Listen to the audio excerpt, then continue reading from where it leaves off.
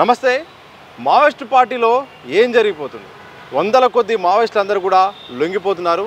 నిజంగా లొంగిపోవడం వెనుక మారిన పరిస్థితులా, లేకపోతే ఇదైనా స్వార్థం కోసమా, రాజ్యం కుట్ర దాగుందా? ఎందుకు ఇలా ఒక్కసారిగా ఆపరేషన్ కగార్ విషయంలో ఇంత పెద్ద ఎత్తున మార్పు చేర్పులు జరుగుతున్నాయి? అలాగే లొంగిపోవడం గల కారణాలు ఏంటో తెలుసుకునే ప్రయత్నం చేద్దాం. మనతో పాటు గడ్డం లక్ష్మణ్ గారు ఉన్నారు, పౌర హక్కుల సంఘం రాష్ట్ర అధ్యక్షులు. సార్ నమస్కారం. సార్ నమస్తే.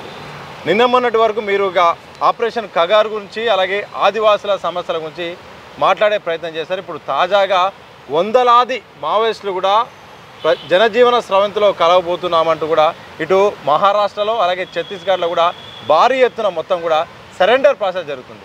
ఏం చెప్తారు సార్ జరుగుతున్న పరిణామం? మీరు మీడియాకు ఉద్యమ వందనాలు. మొన్నటి వరకు operation Kagar main stream media అంతగా పట్టించుకోకపోయినా కానీ మీలాంటి మీడియా సంస్థలు ఈ విషయాలను, ఆదివాసీలను, ఆదివాసీ పోరాటాలను, ఆదివాసీ జీవన స్థితిగతులను పట్టించుకొని ఫోకస్ చేస్తూ ఉన్నారు. మొన్నటి వరకు ఆపరేషన్ కగార్కు సంబంధించిన ఇంటర్వ్యూలు, చర్చలు మాతో మీరు ఇంటరాక్ట్ అయినందుకు తర్వాత ఇప్పుడు తాజాగా ఏర్పడిన పరిణామాలు ఏంటంటే ఇవాళ విపరీతమైన స్థాయిలో లొంగుబాట్లు కొనసాగుతూ ఉన్నాయి. వందల కొద్ది, ఎప్పుడూ లేని విధంగా వందల కొలది రాజ్యం ముందు మోకరిల్లుతున్నారు. ఇంకా నూతన పరిణామం ఏంటంటే ఆయుధాలు అప్పజెప్పి లొంగిపోతున్నారు. ఎప్పుడు కానీ ఇప్పటి వరకు ఇంత చర్చ సమాజంలో జరగటానికి గల కారణం ఏంటంటే ఇవాళ ఆయుధాలు తీసుకొచ్చి రాజ్యం ముందు పెట్టి వాళ్ళు వేసుకున్న యూనిఫామ్ కనుక చూస్తే చాలా ఫ్రెష్గా ఉంది. కొత్త బట్టలు కుట్టించి వాళ్ళందరికీ 15 తారీఖు నాడు ఒక 61 మంది, మరుసటి రోజు 16 నాడు 70 మంది, దాదాపుగా 130 మందికి పైచిలుకు లొంగిపోయినట్టుగా ఒక నాటకాన్ని ప్రదర్శించారు. అయితే నాటకం అని ఎందుకు అంటున్నామంటే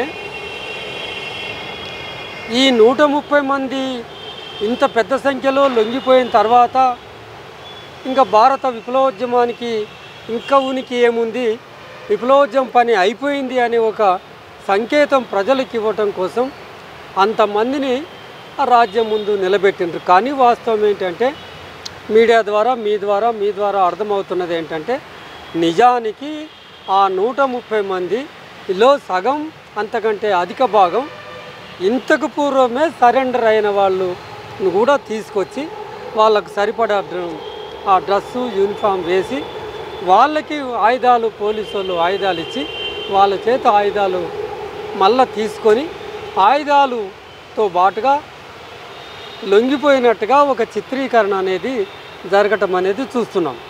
అయితే మనకు 5 భాగాలుగా లొంగిపోతారని కూడా చెప్తున్నారు. 5 భాగాలు, 5 టీములు. ఇప్పటికీ 2, 3 భాగాలు వచ్చినాయి. ఇంకా ఎవరైనా ఉంటే ఆ రీతిలో వచ్చే అవకాశాలు ఉంటాయి. ఇంకా అంతటితో ఇక ఆ ఉద్యమానికి ప్రక్షాళన జరిగి మిగిలిన వాళ్ళు ఉద్యమాన్ని తాజాగా మొదలుపెట్టే అవకాశాలు ఉన్నాయని సమాజం ఒక ఆశాజనకంగా ఎదురు చూస్తూ ఉంది. ఇప్పుడు వచ్చిన వాళ్ళు దీనికి ఉన్న నేపథ్యం ఏంటంటే ఇవాళ వచ్చిన వాళ్ళు కాదు. దాదాపుగా 2024 జనవరి 1 నాడు మొదలుపెట్టిన ఆపరేషన్ కగార్ హత్యాకాండ ఏదైతే ఉందో అందులో 700 మంది చనిపోతే 500 మంది ఆదివాసీలు ఉంటే 200 మంది ఆదివాసీ మహిళలు ఉంటే ఇప్పుడు మనం అంచనా వేసుకునేది ఏంటంటే ఈ మరణాల వెనుక ఎవరున్నారు, ఈ మరణాలు ఎవరి ద్వారా జరిగాయి, వీళ్ళు అక్కడే ఉండి వాళ్ళ ద్వారా ఏమన్నా జరిగాయా? నిన్నగాక మొన్న సెప్టెంబర్ 22 నాడు కోసా వికల్పు రాయ్పూర్లో పట్టుకొని వాళ్ళ అనారోగ్యంతో డాక్టర్తో చూపించుకోవటం కోసం అక్కడికి వస్తే, రాయ్పూర్కి వస్తే వాళ్ళ అదుపులోకి తీసుకొని సెప్టెంబర్ 10 తారీఖు లోపల 10 నుంచి 20 లోపల అదుపులోకి తీసుకొని టార్చర్ పెట్టి చిత్రహింసలు గురి చేసి ఆబూజిమాడు తీసుకెళ్ళి చంపేసిండ్రు అని పార్టీ ఒక ప్రకటన చేసింది. అంటే వాళ్ళను సజీవంగా పట్టుకొని చంపటం వెనుక సమాచారం ఎక్కడి నుంచి వచ్చింది అనేది ఇవాళ జరుగుతున్న పరిణామాలను మనం అంచనా వేసుకుంటే ఎవరు కారణం అనేది మనకు తేలిపోతూ ఉంది. రాజ్యం ఏదైతే ఒక డెడ్లైన్ పెట్టిందో 2026 మార్చి 31 వరకల్లా తుదముట్టిస్తేనాను అనే ఒక డెడ్లైన్ పెట్టిందంటే దాని వెనక అది ఆలవోకగా అప్రయత్నంగా ఒక భయపెట్టడం కోసం ఒక డెడ్లైన్ పెట్టిండు అనుకోవడానికి లేదు. దాని వెనుక పకడ్బందీ ప్రణాళిక ఉంది. దాని వెనుక నువ్వు కోవర్టు వ్యవస్థను ఏర్పాటు చేసుకున్నావు. అంటే అమిత్ షా గారు అయితే నిన్ననే మాట్లాడారు, ఇంకా ఎవరైనా ఉంటే మాత్రం ఇప్పుడే సరెండర్ కాండి, మార్చ్ 2026 లోపు మాత్రం అంతం చేయడానికి మేము సిద్ధంగా ఉన్నాం, ఇంకా ఎప్పుడైనా జనజీవన స్రవంతిలో కలవాలని ఆయన చెప్పారు. అయితే ఆ డేట్ వెనుక ఆల్రెడీ ఇప్పుడున్న మావోయిస్టులు చాలామంది కూడా ముందే సరెండర్ అయ్యి అలాగే రాజ్యానికి దగ్గరుండి వాళ్ళే సలహాలు సూచనలు ఇచ్చి ఇదంతా కుట్ర చేస్తారని మీరు అనుకుంటున్నారా? అయితే అదే చెప్తున్నాను, కేంద్ర హోంశాఖ మంత్రిగా ఉండి ప్రజా జీవితాలతో ముడిపడి ఉండి రాజ్యాంగంతో పెనవేసుకున్న ఒక ప్రజాప్రతినిధి చట్ట పరిధిలో చట్టబద్ధ పాలన చేయటం కోసం ఎన్నుకున్న ఒక ప్రజాప్రతినిధి 31లోగా లొంగిపోతారా, వస్తారా, చస్తారా అనే పదజాలాన్ని ప్రయోగించి మాట్లాడవచ్చా? మొదటి ప్రశ్న. మీరు ఆ డెడ్లైన్ పెట్టారు అంటేనే మీ దగ్గర మీరు చెప్పినట్టుగా పార్టీలో అంతర్గతంగా ఉన్న కొద్దిమంది దారి తప్పిన వాళ్లను, ఇదిగో మొన్న జరిగిన ఈ పరిణామాలు, 70 సంవత్సరాల వయసు, 50 సంవత్సరాల ఉద్యమ జీవితం ఉన్న అలాంటి వాళ్ళను ఇంకా మనం వెనక్కిపోతే జూలైలో ఈయన డెడ్లైన్ పెట్టాడంటేనే నీల్సో అనే అమ్మాయిని కోవర్ట్ అని అక్కడ ఉన్న ఎవరెవరు ఏ క్యాంపులో ఉన్నారు, ఎవరెవరు ఏ డేరాలో ఉన్నారు, ఎవరెవరి ఆరోగ్యాలు ఎట్లున్నాయి, వాళ్ళ మందులు ఏం కావాలి, వాళ్ళు ఎక్కడెక్కడ సంచరిస్తున్నారనే సమాచారం మొత్తం రాజ్యానికి పంపించినాను అని ఆమె ఒప్పుకుంటే అప్పుడు అటువంటి కోవర్టులను ఉన్నారు. దాన్ని ఎక్స్టెన్షన్ అప్పుడే అనుకున్నాం, సమాజంలో అప్పుడే ఒక చర్చ జరిగింది.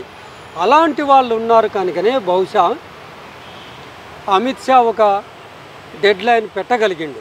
దాన్ని మనం విస్తరించి చూస్తే వాళ్ళ లొంగిపోయిన వాళ్ళు ఆనాటి నుంచి ఉన్నారేమో. వాళ్ళు ఇచ్చిన ఆ గ్రాఫు, ఆ పటము, ఆ ప్రణాళిక ఏదైతే ఉందో దాన్ని ప్రాతిపదికగా చేసుకొని ఒక డెడ్లైన్ పెట్టి ఆ డెడ్లైన్ లోపల నేను పరిసమాప్తి చేస్తాను, మావోయిస్టు ముక్త భారత సమాజాన్ని నిర్మిస్తాను అంటున్నాడు. అది కాదు కదా ఒక చట్టబద్ధ పాలన చేయటానికి వచ్చిన ప్రజాప్రతినిధులు. ఆ పరిభాషను ప్రయోగించటం కాదు కదా. చంపేస్తాననే ఒక మాట పోలీసులు కానీ ప్రజాప్రతినిధులు కానీ ఎవరు కానీ ఒక నేరస్తుని, ఒక అభియోగం మోపబడిన వ్యక్తిని అరెస్టు చేసి తీసుకొని వచ్చి ఆయుధాలు ఉన్నప్పటికీ ఆయుధాలను నిర్వీర్యం చేసి సంయమనం పాటించి ఓపికతో సరౌండ్ చేసి వాళ్ళని ప్రాణాలతో పట్టుకొచ్చి న్యాయస్థానాల ముందు నిలబెట్టడం వరకే కదా ప్రజాస్వామ్యంలో ప్రతినిధుల పాత్ర, ప్రజాస్వామ్యంలో బలగాల పాత్ర. అది దాటి చంపేస్తామని బలగాలకు అత్యాధునికమైన ఆయుధాలు ఇచ్చి చంపండి అని ఆదేశాలు ఇస్తే ప్రజాస్వామ్యంలో ఉన్నామా? మనం ఇంకెక్కడన్నా ప్రయాణం చేస్తూ ఉన్నామా? ఒక తీవ్రవాదిని ఎదుర్కోవటం కోసం రాజ్యమే తీవ్రవాది రూపం మారుస్తే ఎట్లా? రాజ్యమే టెర్రరిస్ట్ అయితే ఎట్లా? రాజ్యమే ఇంటిమిడేషన్కి పాల్పడితే ఎట్లా అవుతుంది? అది కాదు కదా కావాల్సింది ఇవాళ. అదే కనుక ఒక హింసను, ఒక తీవ్రవాదాన్ని నువ్వు సమర్థించుకుంటూ పోతే, తీవ్రవాదాన్ని అమలు పరుస్తే తీవ్రవాదికి ఒక సానుకూలత, ఒక సాధికారత ఏర్పడుతుంది కదా, సమాజం మొత్తం హింసాత్మకం అవుతుంది కదా. అందుకని హింస మొట్టమొదలు ప్రారంభింపబడేది రాజ్యం నుంచి మొదలవుతుంది. మొట్టమొదలు ఆపాల్సింది కూడా రాజ్యం ఈ హింసను ఆపేశాలి. ప్రజలు ఇప్పటికీ చట్టబద్ధ పాలన కోరుకుంటున్నారు. ఒక చిట్ట చివరి ప్రయత్నంగా ఒక వ్యక్తి ఈ రాజ్యం మీద, ఈ వ్యవస్థ మీద, ఈ నిరంకుశత్వం మీద, ఈ హింస మీద, ఈ అణచివేత మీద సాయుధంగానో మరో విధంగానో తిరుగుబాటు చేయాలనే తలంపు రాకముందే రాజ్యం జాగ్రత్త పడి మేల్కొని చట్టబద్ధమైన పాలన కొనసాగించాలి. చట్టాలకు లోబడి, రాజ్యాంగానికి లోబడి నువ్వు పరిపాలన కొనసాగిస్తే సమాజంలో ఒక హింస లేని సమాజం, ఒక అణచివేత లేని సమాజం ఏర్పడాలని చెప్పే ఒక నైతిక హక్కు రాజ్యానికి ఏర్పాటు అవుతుంది. ఒక అడవి ఇట్లా ఒక వైపు నుంచి కాలిపోతుంటే మరొక వైపు నుంచి అంటిపెట్టి చూడటం కాదు. వాళ్ళు తీవ్రవాదులు అయితే నువ్వు తీవ్రవాదిగా మారి వాళ్ళను చంపేసిన చోట డాన్సులు, మిఠాయిలు పంచుకునే ఇటువంటి సంస్కృతిని మనం పెంచి పోషిస్తే, వాళ్ళకు అవార్డులు రివార్డులు ఇస్తే సమాజం మొత్తం హింసాత్మకం అవుతుంది అనేది గుర్తుపెట్టుకోవాలి. అయితే నీవు గనక తుదముట్టిస్తానని ఏదైతే పదే ప్రకటిస్తున్నావో ఆ డేట్ వాళ్ళకు, అంటే మార్చి 31, 2026 నాటి వరకు తుదముట్టిస్తానన్నావు. ఆ ఏప్రిల్ 1 నాడు తుదముట్టించిన తర్వాత ఏప్రిల్ 1 నాడు ఈ బలగాల మొత్తానికి నేను వెనక్కి తీసుకుంటానే ప్రకటన కూడా చేయాలి కదా. దానికి అనుబంధంగా ఏప్రిల్ 1 నాడే 650 క్యాంపులను నేను ఎత్తివేస్తాను అనాలి కదా. మీరే ప్రకటిస్తున్నారు కదా పోయింది మావోయిజం, ఇంకా 3 జిల్లాలకు మాత్రమే పరిమితమైందని చెబుతున్నారు కదా. మరి వీళ్లను తుదముట్టించటం కోసం ఉన్న బలగాలకు అదనంగా జమ్మూ కాశ్మీర్ నుంచి మీరు బలగాలు ఎందుకు తీసుకొస్తున్నారు? ఎక్కడో రాజ్యం ఉన్న వాళ్ళతో భయపడుతుంది. అందుకని ఇప్పటి వరకు ఏదైతే మారణ హోమం చేశారో, ఇప్పటి వరకు ఒక మోసపూరితంగా, ఒక కుట్రపూరితంగా ఎంతమందినైతే లొంగ తీసుకున్నారో ఒకటే గుర్తుపెట్టుకోండి. ఏ బలగాలు కానీ, అది సిఆర్పిఎఫ్ కానీ, డిఆర్జీ కానీ, కోబ్రాలు కానీ, బస్తర్ ఫైటర్స్ కానీ, మరెవరు కానీ వాళ్ళు స్వయంగా వెళ్ళి వాళ్ళు ఎక్కడ ఉన్నారో తెలుసుకొని వాళ్ళ మీద కాల్పులు జరిపే పరిస్థితి దట్టమైన ఆ దండకారణ్యంలో అటువంటి పరిస్థితులు లేవు. దొంగ లెక్కలకు, మోసపూరితమైన లెక్కలకు పాల్పడి, అంటే ఒక ఇన్ఫార్మర్ వ్యవస్థను తయారు చేసుకుంటావు, ఒక కుట్రపూరితంగా కోవర్ట్ ఆపరేషన్లు చేస్తావు, భయపెడతావు, ఆశలు భ్రమలు చూపుతావు, లొంగ తీసుకుంటావు. దీనికి బ్యాక్గ్రౌండ్ అంతా నిన్న లొంగిపోయిన 15వ తారీఖు నాడు లొంగిపోయిన పాలిట్ బ్యూరో సభ్యుడు, కేంద్ర కమిటీ సభ్యుడు, ఆయన సహచరి గతంలోనే 11 నెలల కిందనే ఆమె రాజ్యానికి లొంగిపోయి ఉన్నది. మరి ఈ కుట్రంతా దానికి మూలం ఎక్కడ ఉంటుంది? అక్కడి నుంచి మొదలైంది కదా. మీరు ఎప్పుడు రాజ్యం చేతిలోకి వెళ్ళిపోయారో సమాజానికి చెప్పాల్సిన బాధ్యత మీ మీద ఉంటుంది. 45 సంవత్సరాల ఉద్యమం చేసిన మీరు ఆగస్టు 15 డేట్ నాటి లెటరు సెప్టెంబర్ 10 నాడు ఎట్లా వెలువరించారు? ఎవరి ప్రోత్సాహంతో వెలువరించారు?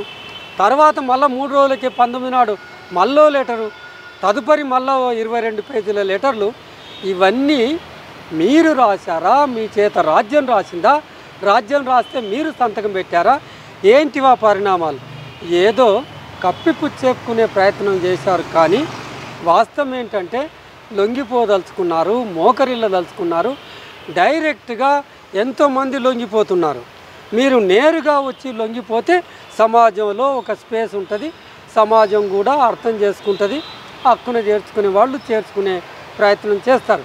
మీరు అట్లా కాకుండా రాజ్యం చేతిలో జారుకొని కొన్ని నెలలు పనిచేసి, వాళ్ళకు అనుగుణంగా పనిచేసి కొంత నష్టానికి కాబోలు దానికి కారణభూతమై ఇవాళ లొంగిపోతే సమాజం మిమ్మల్ని హక్కున చేర్చుకుంటుందని ఎట్లా మనం విశ్లేషించగలం? అంటే మీరు అంటున్నట్టు అదే మీరేమంటున్నారంటే ఇప్పుడు వచ్చిన వార్తలు ఏంటంటే సడన్గా ఇప్పటికిప్పుడే రాజ్యానికి కాంటాక్ట్ అయ్యి మేము లొంగిపోతున్నాం అన్నట్టుగా వార్తలు వస్తున్నాయి. మీరు అన్నట్టు ఇంతకుముందే ఎప్పుడో లొంగిపోయిన తర్వాత చాలా రోజుల తర్వాత ఒక ప్లాన్ ప్రకారమే బయటకు వచ్చి ఇట్లా ఒక ప్రభుత్వాలు వాళ్ళ ముందట ప్రవేశపెడుతున్నాయి అనుకుంటున్నారా? అది అంత సాధ్యమయ్యే పని కాదు. ఆ యూనిఫామ్లో ఆ డ్రెస్సులో తుపాకులు పట్టుకొని నేరుగా వచ్చి ఒక్క రోజులో 24 గంటల్లో వచ్చి రాజ్యం ముందు మోకరిల్లటం అనేది అంత సులభమైన పని కాదు. వాళ్ళను చూస్తే మనకు అర్థమవుతుంది, ప్రజలు గమనించారు.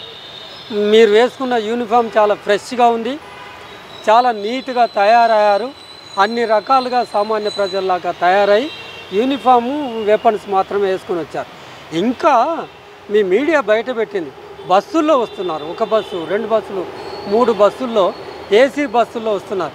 ఒక్క రోజులో వాళ్ళంతటా వాళ్ళు చేసుకునే పని అది ఒక పథకంలో భాగంగా ఓ 10 నెలల లేకపోతే సంవత్సరంగా రాజ్యం పరిధిలోకి వెళ్ళిపోయి అందులో ములాఖత్ అయి ఆ రాసుకున్న ఆ పథకంలో ప్రణాళికలో భాగంగా మీరు బయటకు రాజ్యం కల్పించిన ఆ వెసులుబాటులో రాజ్యం కల్పించిన ఆ సహాయంతో రాజ్యం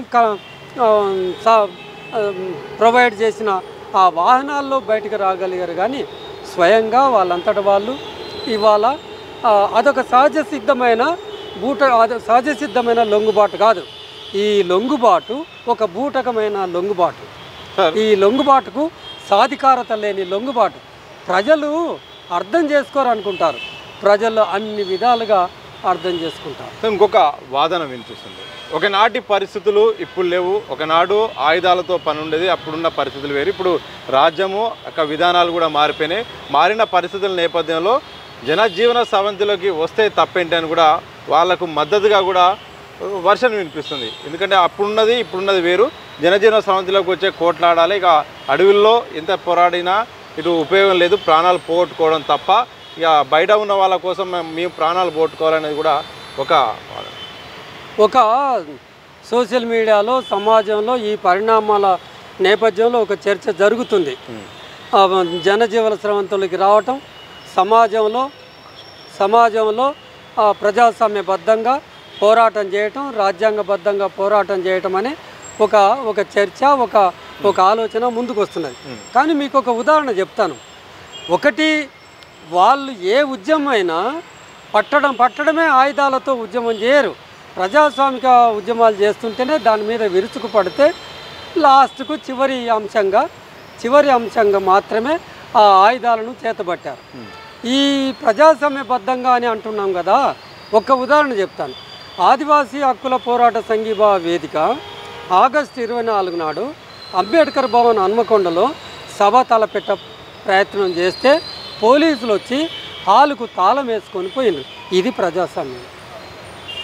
ఇట్లా మనకు సుందరయ్య విజ్ఞాన కేంద్రానికి ఎన్నో సందర్భాలలో మీటింగ్ జరగకుండా అరెస్టులు చేసి హాలుకు తాళాలు వేసుకున్న సందర్భాలు ఎన్నో ఉన్నాయి.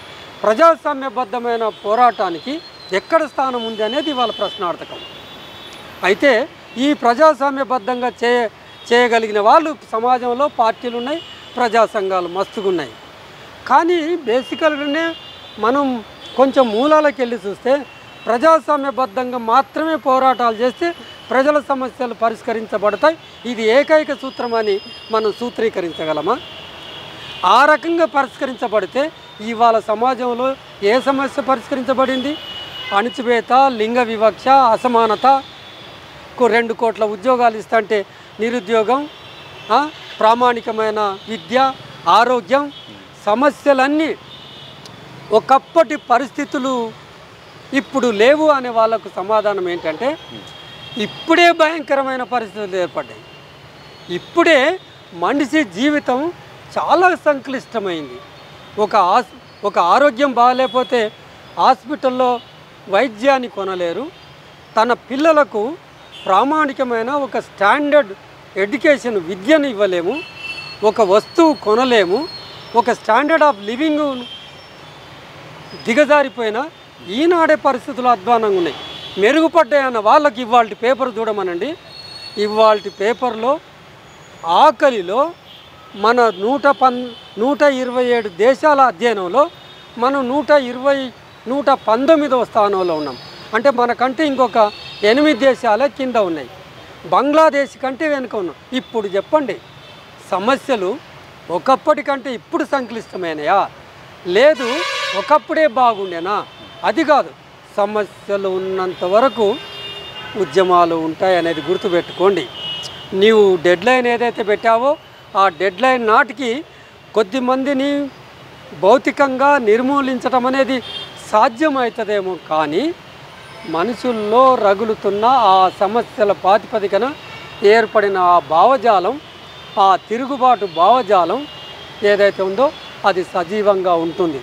ఐక్యరాజ్య సమితి మానవ హక్కుల ప్రకటనలో ఒక మాట అన్నది, మనిషి చిట్ట చివరి ప్రయత్నంగా ఈ వ్యవస్థ మీద, ఈ హింస మీద, ఈ నిరంకుశ మీద చిట్ట చివరి ప్రయత్నంగా తిరుగుబాటు చేసే ఆలోచన రాకముందే రాజ్యాలు మేల్కొని చట్టబద్ధ పాలన చేయాలని సూచించాయి.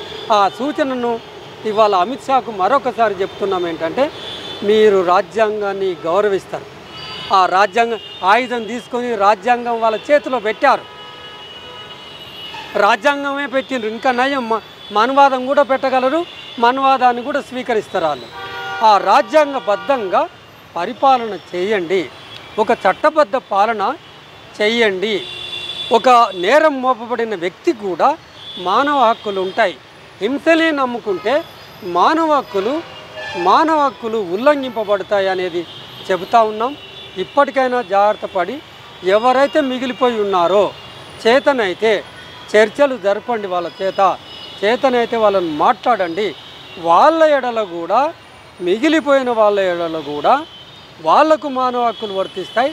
చట్టబద్ధంగా వ్యవహరించమని పదే పదే ఈ సందర్భంగా ఉద్ఘాటిస్తూ ఉన్నాం. సార్, లాస్ట్ క్వశ్చన్ ఒకటి, ఇప్పటి వరకు మావోయిస్టుల పోరాటం కూడా ఆదివాసీల కోసం రక్షణకు ప్రధానంగా నిలిచింది, దాంతోపాటు అటవీ సంరక్షణ నిలిచింది. మరి ఇప్పుడున్న పరిస్థితుల్లో వందలాది మంది బయటకు వస్తుంటే ఆదివాసీల పరిస్థితి ఏంటి? దాంతోపాటు ఈ అటవీ భూమిపై మరి కార్పొరేట్ సంస్థలు ఇంతకాలం మీరు అంటున్నట్టు మరోసారి వాళ్ళు మళ్ళీ వెనక్కొచ్చి ఆ భూమిపై కూడా వాళ్ళ ఆధిపత్యాన్ని చెలాయించే అవకాశం ఉందా?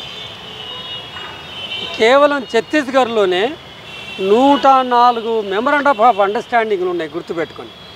104 మెమరాండమ్ ఆఫ్ అండర్స్టాండింగ్లు సిద్ధంగా ఉన్నాయి. 12,000 కోట్ల విలువ చేస్తాయి ఆ మెమరాండమ్ ఆఫ్ అండర్స్టాండింగ్లు. నిజానికి వీళ్ళ మీద బీజేపీ ప్రభుత్వం మీద చాలా ఒత్తిడి ఉంది ఆ కార్పొరేట్ శక్తుల వల్ల. ఏంది 10 సంవత్సరాలు 14 సంవత్సరాలు అవుతున్నాయి ఎంఓయూలు ఏర్పాటు చేసుకొని ఇప్పటి వరకు మీరు మావోయిస్టులను తుదముట్టిస్తలేరు అని చెప్పి వాళ్ళ మీద తీవ్రమైన ఒత్తిడి ఉంది కనుక వీళ్ళను చంపేసే ప్రయత్నం చేస్తూ ఉన్నారు. అందుకే మళ్ళొకసారి చెప్తున్నాం, మేము మావోయిస్టులను తుదముట్టిస్తామని ఏ ప్రకటన చేస్తున్నామో ఒక్క కార్పొరేట్ సంస్థ కూడా అక్కడికి వెళ్లకుండా చూస్తామని ప్రకటన చేయండి చూద్దాం. మైనింగ్ను ఆపేస్తాం, పర్యావరణాన్ని కాపాడుతాం.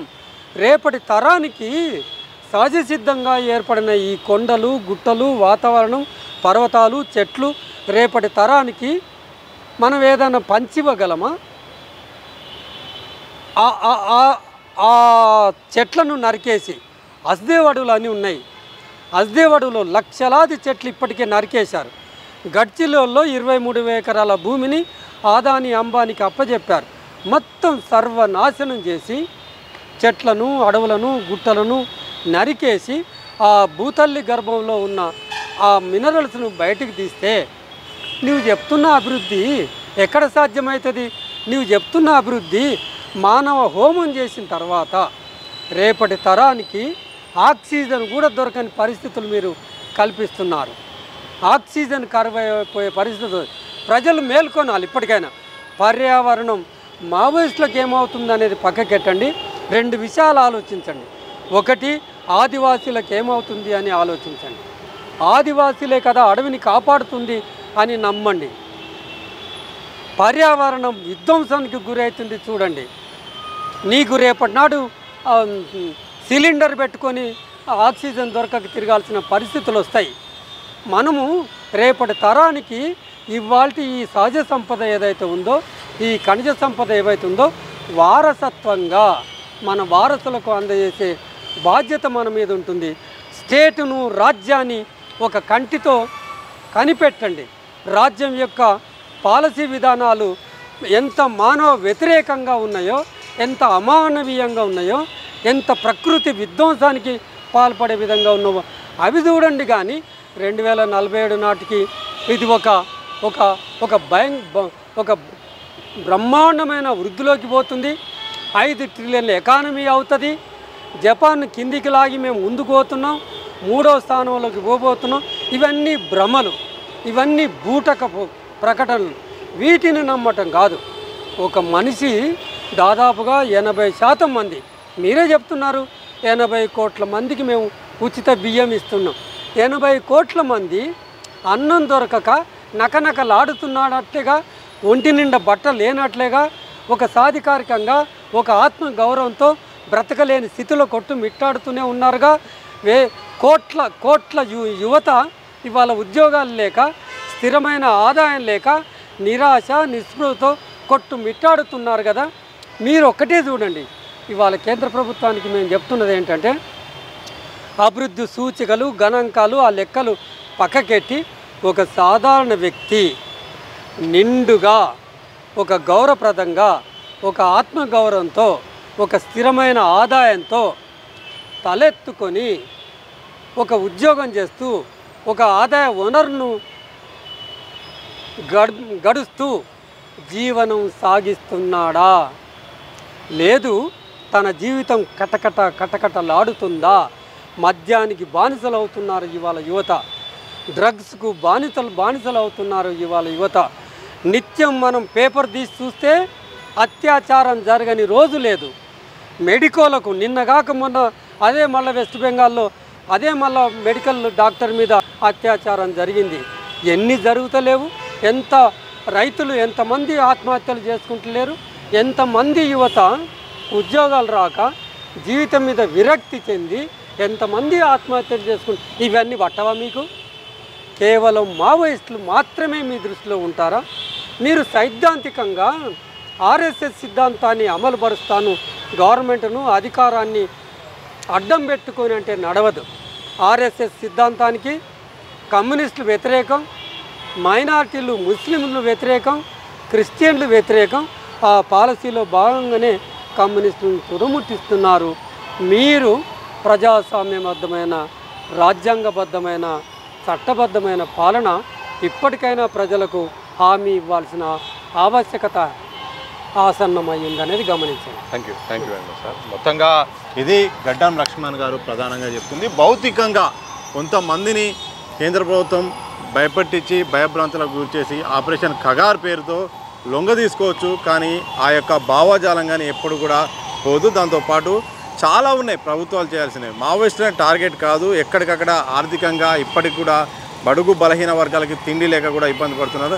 అలాంటివన్నీ పక్కన పెట్టి కేవలం మావోయిస్టులను టార్గెట్ చేస్తూ కేంద్ర ప్రభుత్వం ఒక అవమానీయమైన ఒక పరిస్థితి అయితే తీసుకొస్తుంది. ఇలాంటి పద్ధతి ఇకనైనా మానాలి. అలాగే ఏదైతే అమిత్ షా ఇప్పటికైనా ఒక హోంశాఖ మంత్రిగా ఉండి కూడా ఇలా డైరెక్ట్గా బెదిరిస్తూ మిమ్మల్ని చంపుతాము, లొంగిపోవాల్సిందని ఒక రాజ్యమే బెదిరిస్తుందంటే ఇక ఈ యొక్క పద్ధతి ఎంతవరకు కరెక్ట్ ఆలోచించుకోవాలి. అదే బెదిరిస్తున్న వ్యక్తి మార్చి 31 తర్వాత అంటే ఏప్రిల్ 1 తర్వాత మరి ఆ సాయుధ బలగాలను మరి వెనక్కి తీసుకుంటారా? దానికి సమాధానం చెప్పండి అంటూ కూడా గడ్డం లక్ష్మణ్ గారు చెప్తున్నారు. ఏదేమైనప్పటికీ వరుసగా ఈ లొంగుబాటు వెనుక మాత్రం ఉన్న పలంగా ఇప్పటికిప్పుడే మావోయిస్టులు కొంతమంది తీసుకుంది కాదు, ఇది ఒక ప్రణాళికాబద్ధంగా ఒక పథకం ప్రకారం ముందే లొంగిపోయిన తర్వాత ఒక సిస్టమేటిక్గా ఇది ఒక లొంగుబాటు కార్యక్రమం జరుగుతుంది. ఏదైనప్పటికీ ఎంత ప్రయత్నాలు చేసినా, ఎంత బెదిరించినప్పటికీ కూడా భావజాలం అనేది ప్రజల నుండి అయితే వేరు చేయలేరు. ఒక నెంబర్ చెప్పి ఒక సమయం చెప్పినంత మాత్రాన కొంతమందికి వరకు కొంత బూటకపు లొంగుబాట్ల కారణంగా మావోయిస్టు పార్టీ అలాగే సిద్ధాంతం కూడా వెనక్కి తగ్గదు, నశించిపోదని కూడా గడ్డం లక్ష్మణ్ గారు చెప్తున్న సందర్భం కనిపిస్తుంది. కెనపర్సన్ మసవంతో సతీష్, దిశ టీవీ, హైదరాబాద్.